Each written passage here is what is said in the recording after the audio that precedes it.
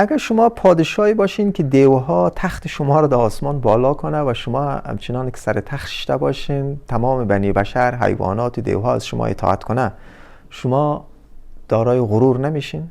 شما رو خود نمیفهمم، ولی جمشید دچار غرور شد و همین غرورش سبب شد که پادشاهیش از دستش بره. چطور؟ برایتان میگم. سلام و درود، من احمد مدقق هستم. میخوایم که در ویدیوهای کوتاه برایتان 1000 قصه بگویم، قصه های جالب و شنیدنی که ریشه در تاریخ و فرهنگ خود ما داره. جمشید که دچار غرور شد، در مردم گفت که اینم من خدای شما هستم، یعنی از پادشاهی که او بیزو من پادشاه شما هستم، از او بالاتر بیاین مرا پرستش بکنین. وقتی که همه گپا را زد، بزرگای کشور از جمشید بسیار خفه شدن و از این آدم خود دور گرفتن. اگرچه خب بالاخره این آدم پادشاه بود و او را کتی از او آدم سخت گفتن نمیتونستن، ولی همه که از او دوری کردن و زیاد از پشت کارهای جمشید نمیگشتن، آستا آستا همه جمشید ضعیف و ضعیفتر شده رفت. کارهای مملکت به دچار بی‌نظمی شد، هر طرف نارضایتی شد، هر طرف مردم کارهایش ارهم و برهم شد و بالاخره مردم ده بینی رساند و رفتن پیش ضحاک. همین ضحاک که در ویدیوی قبلی چند دقیقه قصهش برایتان گفتم، رفتن پیش همزی ضحاک و گفتن تو بیا پادشاه ما باش و ما را از دست همی جمشید نجات بده. ضحاک حمله میکنه، میآیه سر جمشید میگریزه و چندین سال به شکل یک آدمی ناشناس تباه و در بدر آواره ایران سرگردان میگشته و خود هر جای پت میکده که آدمای ضحاک مرا گیر نکنه. ولی بالاخره امی افراد ضحاک جمشید در پالوی دریای چین پیدا میکنه و امیره با شمشیر و با تبر میزنه، دو شق میکنه و از بین میبره جمشید. همین جمشیدی که چند صد سال پادشاه بوده، ایق کارهای نیک میکده، ایق قدرت داشته، بالاخره به چنین پایان تراژیک و غمانگیز دچار میشه و از بین میره. از طرف دیگه ضحاک دو خوار در خانه جمشید که بوده، این دو خوار میایه اینا رو به زنی میگیره به نام های ارنواز و شهرناز. اینا را جادوگری یاد میده و بالاخره هر کدام بدی نبوده که در دوره ضحاک انجام نمیشده. کارش کشتن بوده، کارش سختاندن بوده، کارش ظلم بوده و کاری میکنه که مردم میگه که خدا بیامرزه جمشیده، یعنی خدا کفنکش سابق بیامرزه.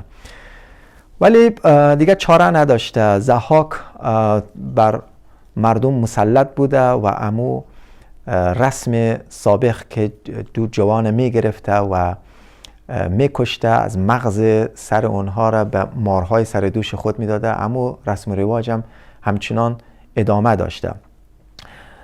همین رسم و رواج جوان کشتن همینطوری ادامه داشته که تا یک دو نفر آشپز، یک کم آشپزایی که درد مردم درک میکده، امینا از چانس برابر میشه، می در آشپزخانه همین ضحاک وظیفه میگیره و کار پخته کردن مغز همین جوان ها به عهده امزینا میشه. اینا خب میفهمه که دیگه ما چاره نداره، باید همین کار انجام بده. مگم میشه که کم کم کارایی هم انجام داد. از جمله ای که هر روزی که دو جوان می آورده، یک تای امزی جوان ها را امینا خف و چوب آزاد میکرده، در جای از اون مغز گوسپند می آورده، مغز یک جوان و مغز گوسپند امینا را گت میکرده و صدای خود نمیکشیدن که مغز آدم نیسته. امیر می برده در مارهای سرشانه ضحاک میداده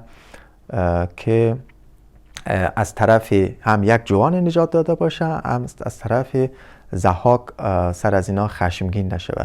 و او آدمی که نجات میداده او را روان میکرده، گفته برو در کوهسارا مشغول چوپانی باش، مشغول کار باش، دیگه همین طرفای شهر و طرفای ضحاک و افرادش دیگه دور نخور، برو دیگه پناهید با خدا.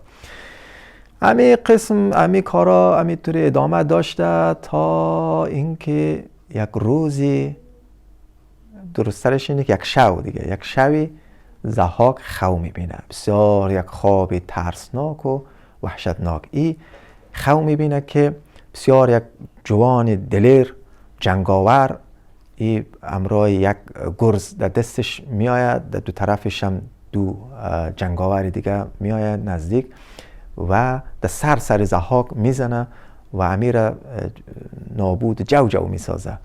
ضحاک امی خو که میبینه با یک چخ میکشه و با یک ترس و وحشت از خو میپره و سرصدا میکنه. این ارنواز و شهرنازم که زنایش بوده اینا هم از خو میخیزم، میگه چی کده؟ این ضحاک قصه میکنه، میگه من ای تو خو دیدم. البته این دو خوار ضحاک دل میته، میگه تو بابا یک پادشاهی بسیار قدرتمند هستی، چی میکنی؟ چی ورخطا هستی؟ هیچ تشویش نکن که تو پادشاهی تو همچنان پابرجا هست.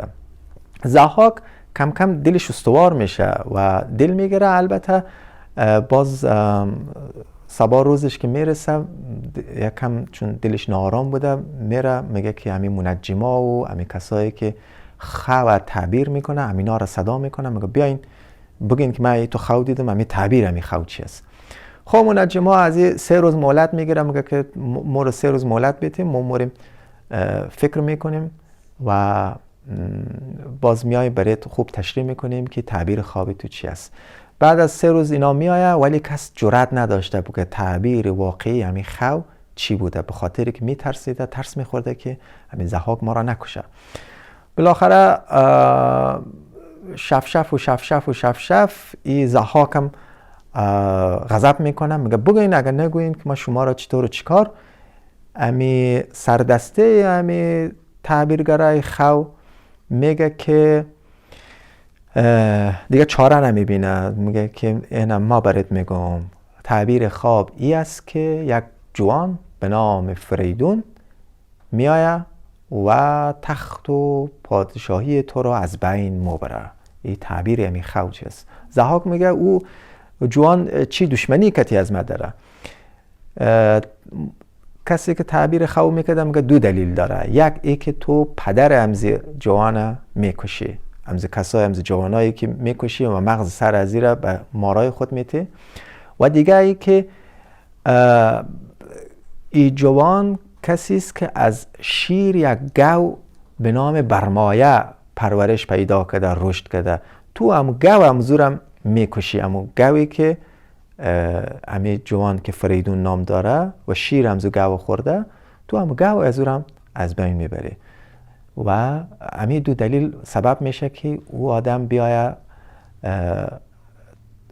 یاغی شوه و سر تخت و پادشاهی تو حمله کنه. ضحاک میگه که خب من در جان امزی جوان و در جان امزی کسایی که میخواه یاغی شوه و علیه من شورش کنه من میفهمم و یک نقشه میکشه. چی نقشه میکشه؟ ایره برایتان در ویدیوی بعدی خوب مفصل تشریح خواهد کردم. شما را به خدا میسپارم.